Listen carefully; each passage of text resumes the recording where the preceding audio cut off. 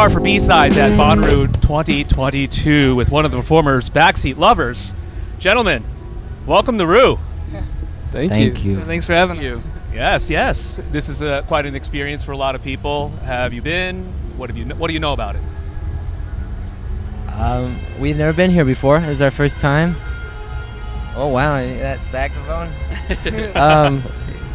We're having a great time. This is our first time playing this festival. We've played in Nashville once before. But Manchester, Tennessee ain't Nashville. Yeah. You're on the farm. Yes. We can make all the noise we want until 6 a.m. Oh, yes, sir. Have you any experience with such an environment in Utah? Or I can imagine there's a lot of open spaces there that you can just go all out. Yeah, there's lots of farmland in Salt Lakes, or in Utah. I grew up Jonas and I grew up in kind of a farm, or Juice and I grew up in a farm town, and yeah, there's lots of wide open spaces, but there you can trust the grass. You can't trust the grass here.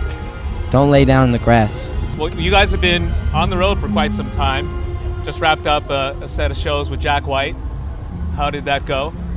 It was really awesome. It was really fun to go out with Jack White. Yeah, we had a really good time. Awesome. Really awesome. What did you learn touring with someone of that stature?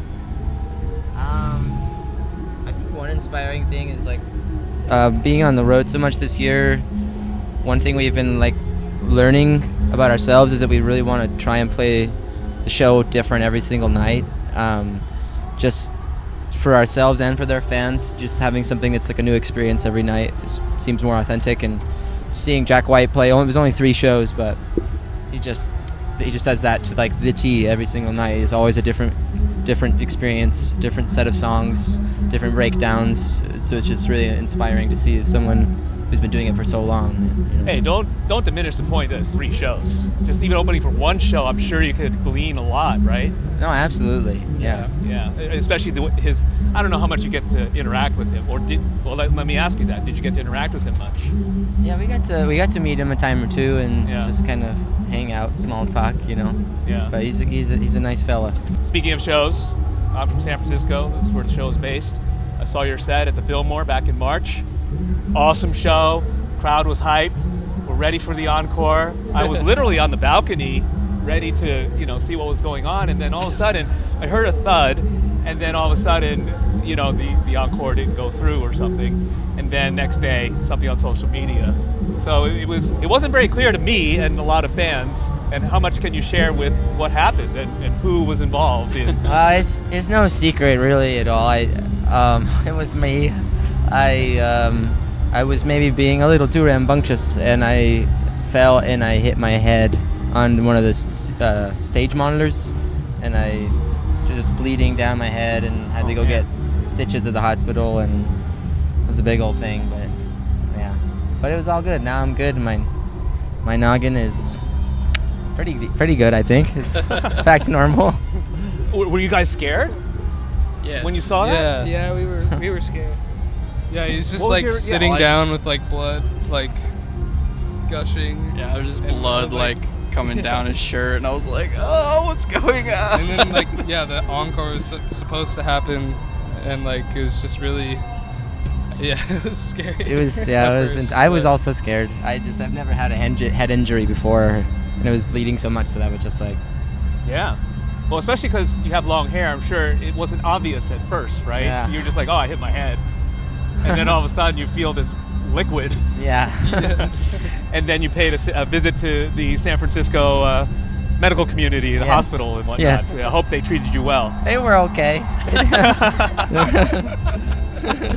The wait was only 2 hours. Yeah, it was a bit of a long wait, but... You're not Jack White, so we'll put you on the secondary waiting list. Right. All jokes aside, hopefully nothing happens here at Bonnaroo. It's been a while since you put out some new music, and you've been obviously getting a lot of attention. Congratulations on that. Thank you. So what do you have coming up after these set of shows? We've been working on a lot of music, mainly our new album that we've been working on for a few years, honestly. A lot of it has been even written since like the first time, or since our first album too, and yeah, we're excited to share it. Would you say that it reflects a lot of the feelings over the last couple of years, or did you mine some of the older material prior to the attention you've been getting from Kill Me Girl? Genuinely, none of the music that we write has much to do with the last song that we wrote or the song we wrote that got attention or anything like that, or really it has anything to do with the response from the fans either. So it definitely more so to the first thing you mentioned. Just it's been a very formative 3 years, and the songs that are on this album and that will be on the albums after it are just us trying to kind of understand those feelings and understand where we're at with our lives and with growing up and leaving your parents' house for the first time and understanding the complications or how complicated the relationship between you and your parents can be, and like things that you didn't even know existed until you have perspective from it. But that's one thing I don't think a lot of people know about the Backseat Lovers is that you're still in your formative years of growing as adults, being thrown into the spotlight. I'm sure prior to that you were probably working part-time jobs trying to make ends meet and chasing the dream, right? Yeah, absolutely. And now you don't need to do that. How do your parents feel about that? We're really very lucky to have we're really lucky amazing to have the parents we do. Yeah. They're all very supportive, yeah. Were there any, not doubts, but were there any seeds of kind of plan Bs in there? Like, Josh, maybe you should think about accounting? For me personally, no. My parents have always been very supportive of going for it, but I know that's not always the case with everybody. It's always a different set of circumstances. But. Yeah. Were there any times in writing the record where you kind of had to hold back some of the emotions of writing a pandemic record because of the self-analysis that all of us went through? I think it was pretty self-analytical, and I don't think we were trying to hold anything back. Like, I think a lot of stuff came out, and I think it is definitely more intimate, I think, because of that. Like, just because we spent so much time just playing together and on our own. Like, I think we learned more about playing with each other and just about ourselves as musicians during that time, I think. When can we expect this? This year. Okay. Coming out this year. So this is already June. Yeah. We've got 6 more months. So soon. Countdown. Will I be wearing a sweater when this album comes out? Depends on your fashion choice. All right. It'll be probably around that time where you can. Can I visit go one Salt way or the Lake other. with a helmet and my snowboard? And Not yet, probably. goggles? It'll be pretty chossy at that time of the year. All right. But it'll be nice out. So I should want look a for a sweater. Halloween costume. Yeah, Probably, maybe. yeah. Maybe. Yeah, that's a good bet.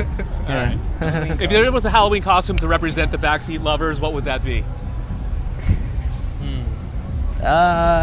Probably. I was gonna Well, why don't you just I was gonna say. Oh yeah. Maybe a SpongeBob costume. Yeah, SpongeBob. SpongeBob. Or 4 Power Rangers. I call the blue one. Oh yeah, That'd be a good one, yeah. Power Ah, I Rangers. I call it dibs. All right. Awesome. Well, I can't wait for that Halloween show. You've already put yourselves out there. Tame Impala did a Halloween show in San Francisco as the Wiggles. So Oh, that's right. That's yeah. what you say. So the Backseat Lovers as Power Rangers is Let's do not too it. far-fetched. Appreciate the time, guys. Yeah, thank you. Thank you. And, Thank you. we look forward to your set here at Bonnaroo. Sweet. Thanks It's a the lot. Backseat Lovers right here on B-Sides.